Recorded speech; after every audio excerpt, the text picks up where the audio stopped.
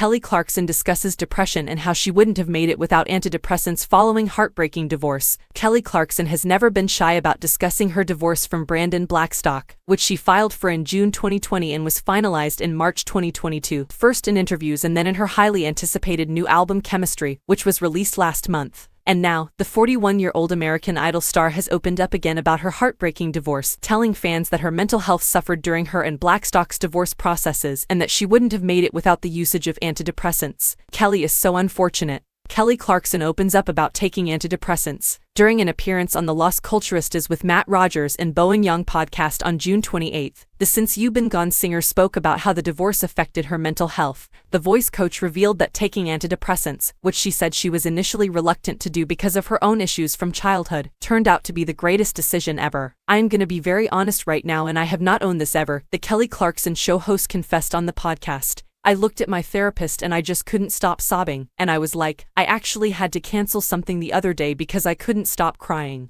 I cannot do this. It was one of those things where I really had to put my pride aside and like all my childhood issues," she continued, adding that she took common depression and anxiety medication Lexapro for I think 2 months. Kelly said taking antidepressants was the greatest decision ever. "My thing was, I just can't smile anymore for America right now. I'm not happy and I need help," she continued, and it was one of the best lessons, because she kept trying to convince me, "Girl, you're doing a lot," and having to balance a lot and trying to put my best foot forward in front of my kids. I was like, I can't do it. She did, however, confess that it was a really good lesson in putting your ego aside and dealing with this. "Someone is attempting to assist you, pay attention. And it was the best decision I'd ever made," she said. "I couldn't have done it. Then there's the time you wean off of it. It's like, okay, I handled what I couldn't handle then, and now I have time and space." Kelly Clarkson credits therapy and counseling. The Mind singer also opened up about therapy a few days earlier while speaking to Zane Lowe on Apple Music One, saying, "I don't know how people get through anything like that because I'm not going to say I did it gracefully. Behind closed doors by myself, it was not. Just to be brutally honest, I did not handle it well." Kelly admitted that she and her now ex-husband went to marriage counseling to try to make it work,